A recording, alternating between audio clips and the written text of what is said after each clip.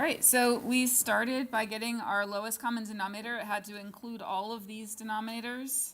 And you guys did an excellent start. I saw you write each fraction and multiply it by what it was missing. So this was missing the x minus 1. And then this one was missing the x plus 2.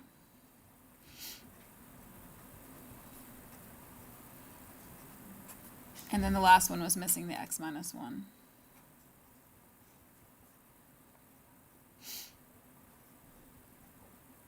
Okay. One hint when you have a subtraction problem is to change your minus to a plus negative, because that's going to help you remember to distribute -4 to both the x and the 8. Otherwise, it's easy to forget to make that a -8 in the end. We have to get rid of our denominators, and I am going to show you that step, but there's a lot of writing right now, so what I'm going to do is condense my left side by combining the two into one fraction, and then I'll get rid of the denominators. You don't have to do it that way. Some people are just getting rid of it right away. It works. It's okay. So to make one fraction on the left side, you have your common denominator of x plus 2 times x minus 1. And I can distribute the 3, so 3x minus 3. Plus, because I changed my minus to plus negative, and then -4x minus 8. And then on this side, I'll also distribute. So I've got 5x minus 5 over x plus 2, x minus 1.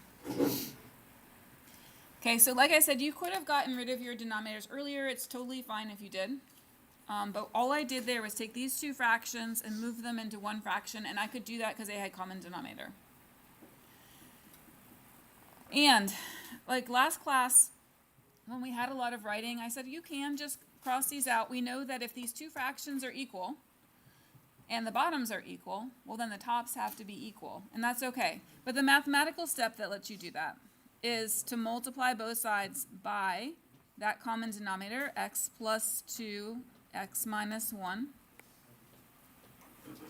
Multiply both sides by x plus 2, x minus 1. That cancels out your denominators. And so then you're left with just the top.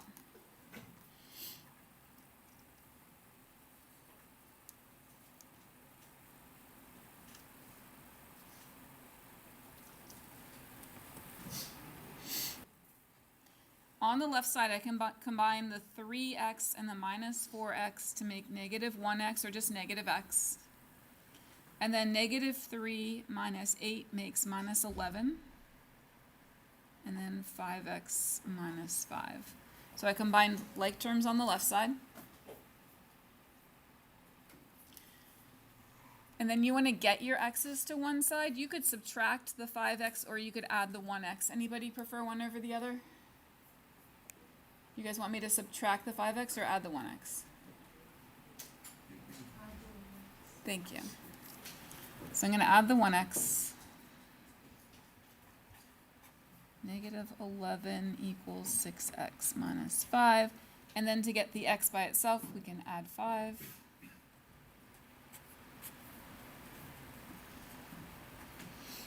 And then finally divide by 6.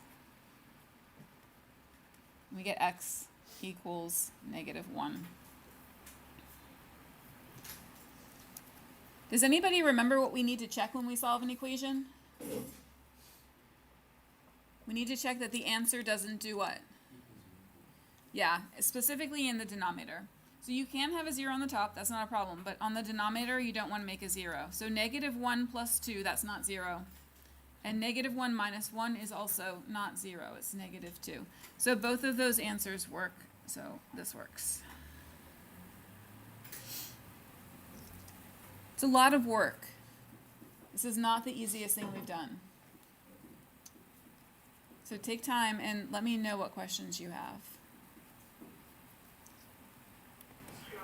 Okay, so last class we also solved equations. So it's not brand new what we're doing today. We just sometimes are going to have to start by factoring in the first step. So you want to look at your denominators, and it's the denominators that we're going to try to factor, because in order to find a common denominator, you need to have those separate factors. So here it says factor, but specifically denominators.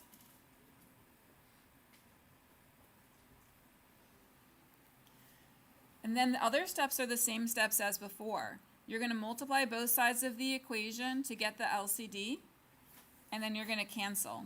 And then you're going to simplify and solve the resulting polynomial equation, and then check for extraneous solutions. So the only thing that's new is to start by factoring denominators.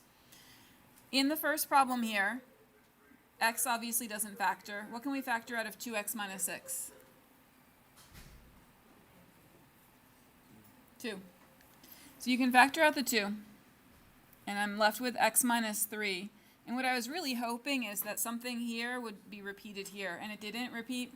So it didn't really help us too much to factor, but we still want to do it just in case. So my least common denominator needs to have 2 and x minus 3.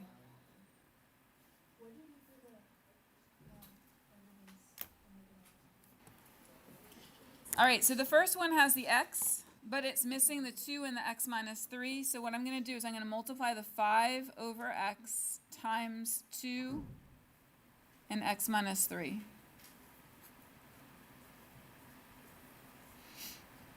And then this one,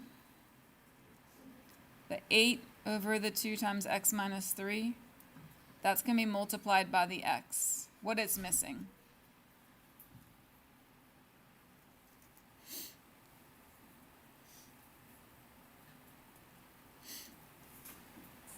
And so both sides are going to have this common denominator of 2x times x minus 3.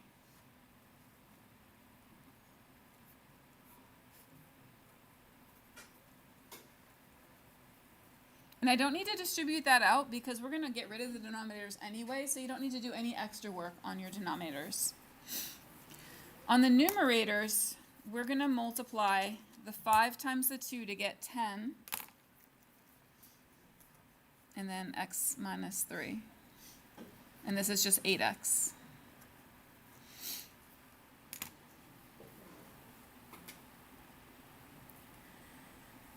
And then we have to get rid of our denominators. So we can multiply both sides by that common denominator to get rid of it. 2x times x minus 3, 2x times x minus 3. That will cancel these out. And it ends up being a pretty easy problem. Take a minute to finish that problem up. I'm going to come and check on you. All right, so you just bring down everything that's left. And then you distribute.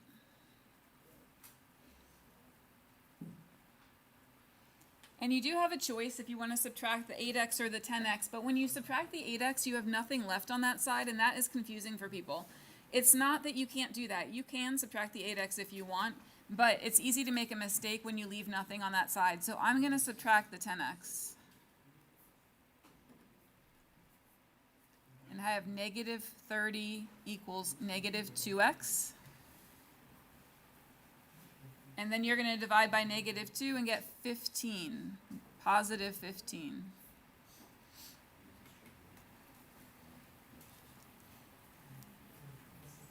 Did anybody check that answer yet?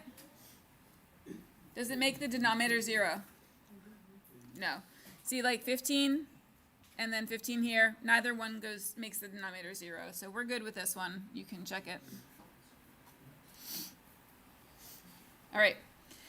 In problem 2, there is definitely a denominator to factor. So I want you to take a moment and try to factor your denominator in problem 2. When you're factoring, take a look at the other denominators for a hint.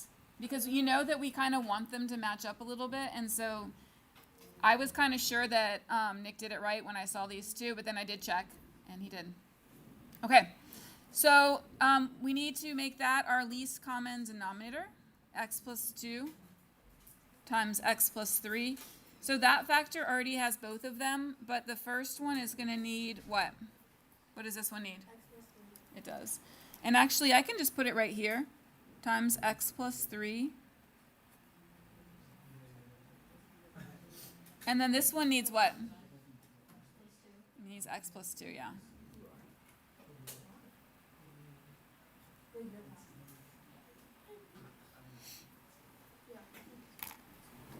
there's some like no,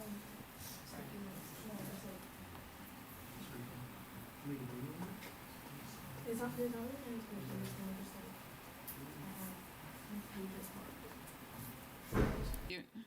So I'm going to distribute this x to the x plus 3. What do I get? Well done. And then I'm going to add this 2, and notice the 2 didn't get multiplied by anything because it already had both factors. Thank you.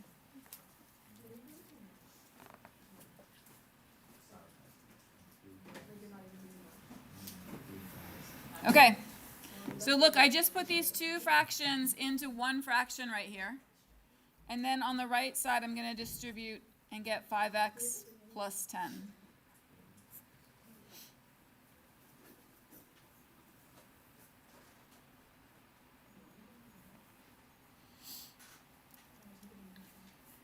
All right, who has a question about that step?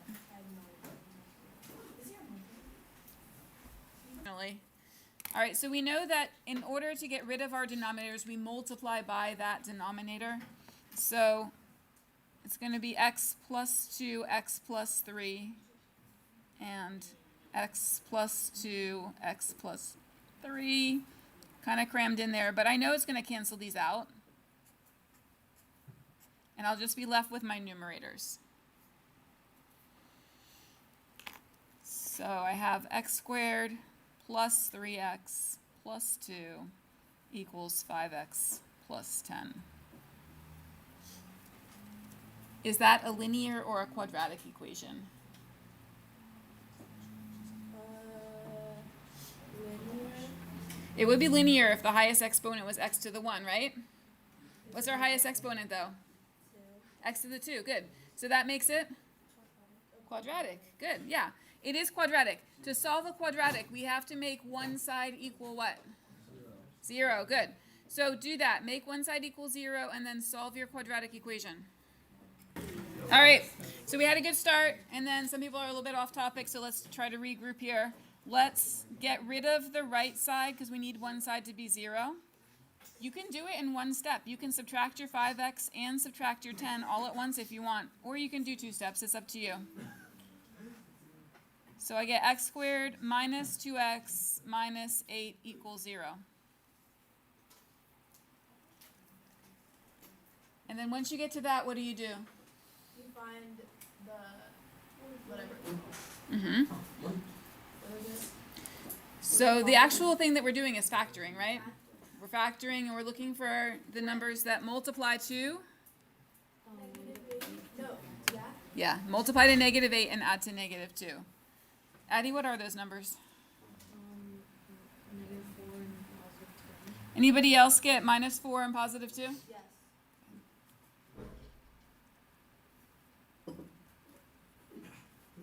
All right. Then finally, because we're solving, we have to set each factor equal to 0.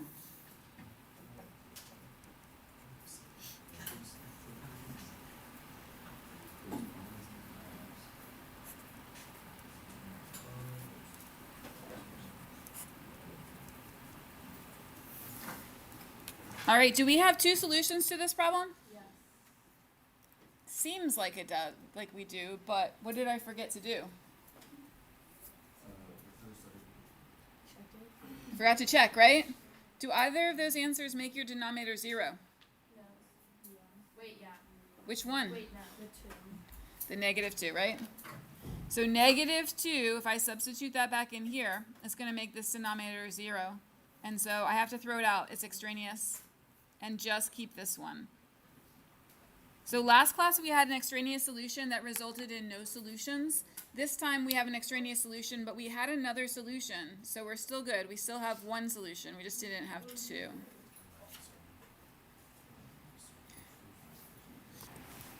All right, we're going to go to the back. I'm going to ask you guys if you have a phone out to put that away, please. These problems are problems that you are supposed to be doing on your own, but I think we can do one more together, and then I'll let you guys work on the last 2. So in the problem number 1, we have to factor x squared minus 16 And there's a problem on the board that looks similar to the x squared minus 16. Is it on your left board or on your right board? Where do you see it? Yes, what's it called? Difference of squares, very good. So this is difference of squares, and that factors with a minus and plus pattern.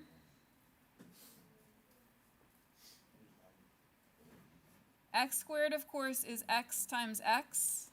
And then what number do we put here? The square root of 16, which is what? 4. So x minus 4 times x plus 4, square root of 16 is 4. All right, I'm going to rewrite it with a little bit of space. So the first one is 3 over x minus 4 times x plus 4.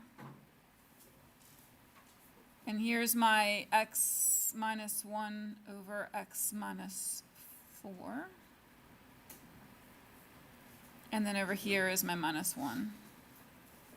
And I left some space so I could put in what they're missing, because my least common denominator is going to be x minus 4, x plus 4. So this fraction is missing what? X plus 4.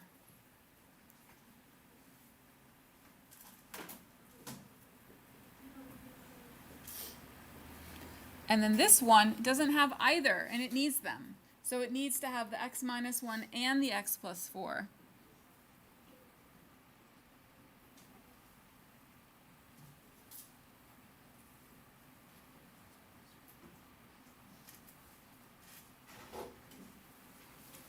All right, this problem is a bit of work. You don't ever have to multiply out your denominators, but you do have to multiply out your numerators. So let's see what we have here. On this one, we just have 3. Actually, I kind of want to leave some space. Well, I'll just leave it over here. So 3 over x minus 4, x plus 4. And then over here, I'm going to combine these into one fraction. Oops, that should be... Uh-oh. You guys see the mistake I made right here? I wrote minus 1. It should be minus 4, right? Yeah.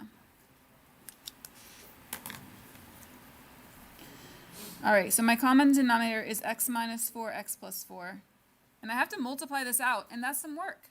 Some of you like to multiply two binomials with a box. If you like to multiply with a box, take some space on the side and do that. I just distribute personally, so x times x gives me x squared. X times 4. Negative 1 times x. And negative 1 times 4. That's just this one. I've also got to multiply this one.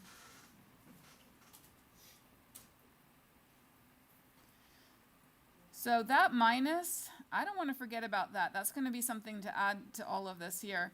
I'm going to put a parentheses because I want to remember to subtract everything I get from this. X times x is x squared. 4x minus 4x and then minus 16. That's a lot.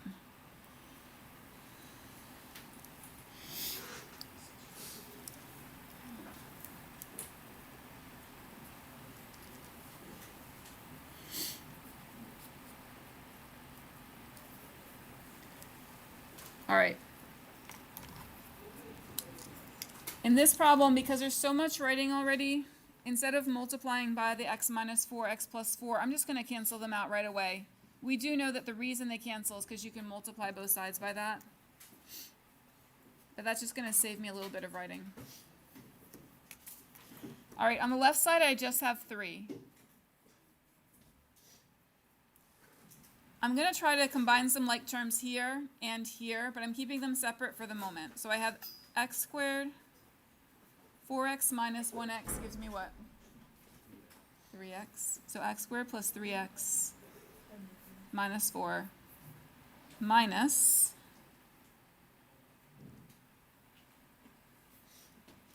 You see how these two cancel out? 4x minus 4x? So just minus x squared minus 16.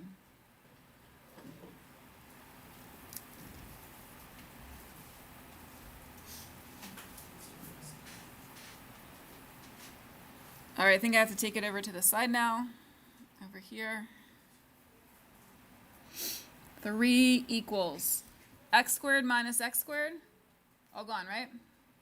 X squared minus x squared. 3x. And this is a tricky one. Negative 4 minus negative 16. Negative 4 minus negative 16.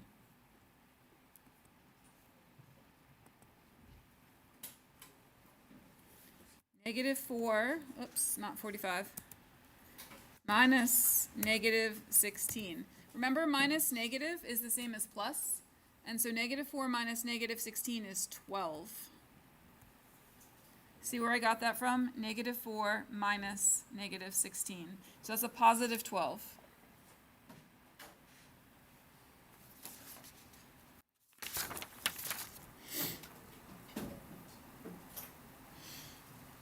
Okay, subtract the 12. Negative 9 equals 3x, and divide by 3. And x equals negative 3. Is x equals negative 3 allowed? X equals negative 3. Is it allowed? Yeah. It is, because it doesn't make any of your denominators 0, so we're good. Okay, I'm going to have you guys start too. Start by factoring.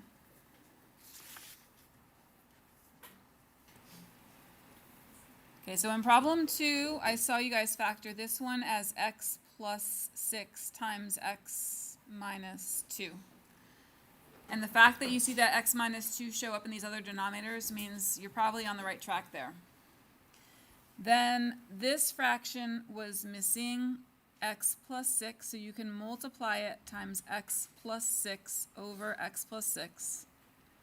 And this one was missing also x plus 6. All right, so now everybody has that common denominator of x plus 6 times x minus 2. And so I'm going to combine these into one fraction now. That minus, when you have a minus a whole fraction, sometimes it's helpful to make it a plus negative. I don't know that it's necessary in this one in particular because we didn't distribute it.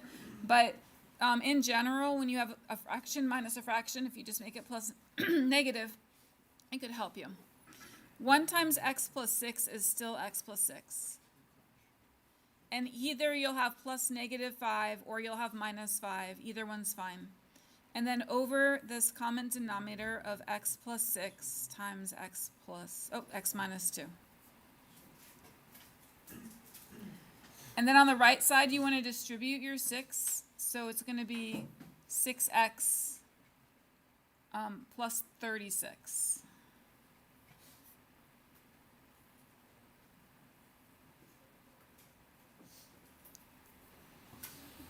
All right, did you guys have the same so far? Is it okay? All right, these two combine. Oh, actually, I can multiply by x plus 6, x minus 2. If you multiply both sides by x plus 6 times x minus 2, that will cancel out your denominators. And you're just dealing with your numerators now. Combining like terms here, I have x plus 1 equals 6x plus 36. Good morning.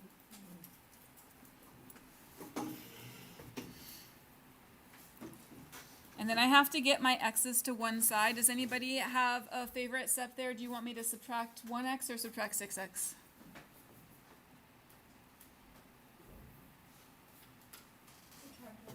Thank you.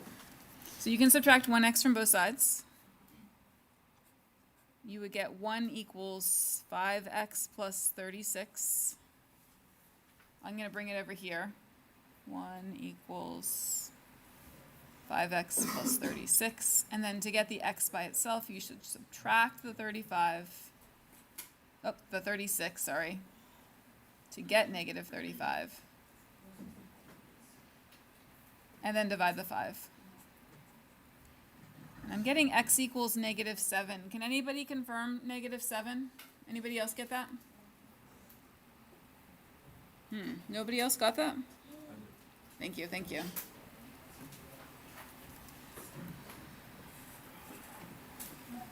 And it's not extraneous. I checked it and it doesn't make any of my denominators 0. All right, so we're factoring difference of squares here. We factored it to be x minus 1 times x plus 1. And that's also going to be our lowest common denominator. So we're going to multiply the first fraction by what it's missing. So the first fraction is 2 over x plus 1, and it's missing x minus 1. Plus. The next fraction is x over x minus 1. It's missing x plus 1. And the last fraction was not missing anything, so it just stays.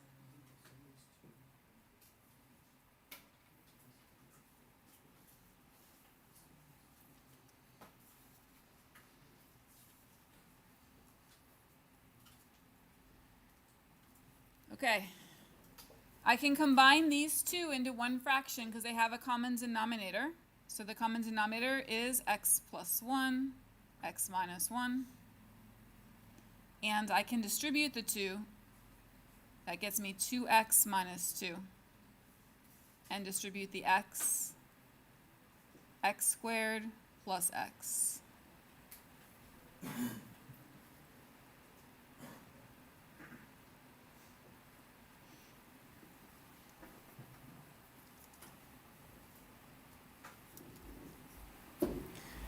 So on the left side, I combined two fractions into one fraction with a common denominator.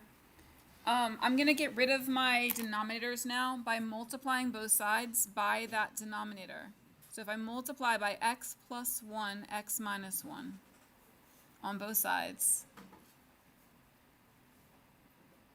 that will cancel out my denominators. And I'm left with just the numerators.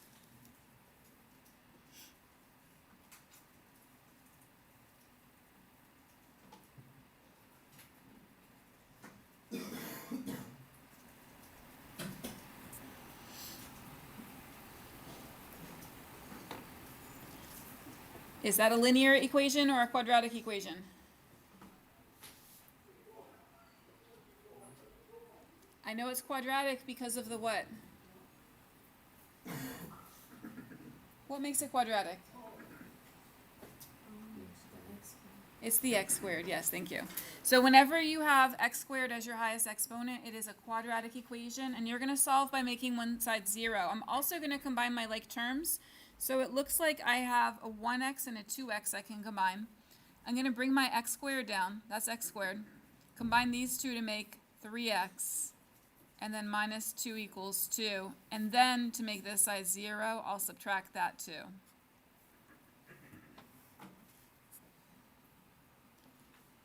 So these don't cancel. It gives me -4. So x squared plus 3x minus 4 equals 0. And I have to factor again.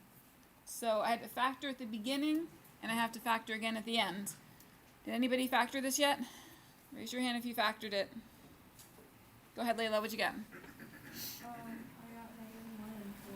-1 and 4. -1 and 4 multiplies to -4 and adds to 3. Good.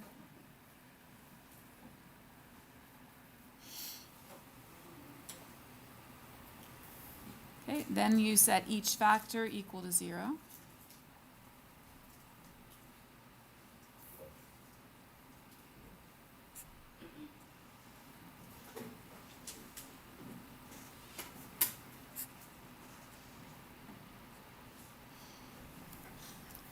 Am I done? No, what did I forget? Check. Good. I have to check. Which of these answers makes the denominator 0? The 1, right? Because if I put 1 back in, 1 minus 1 makes 0. So I have to throw this one out as extraneous and only keep the -4.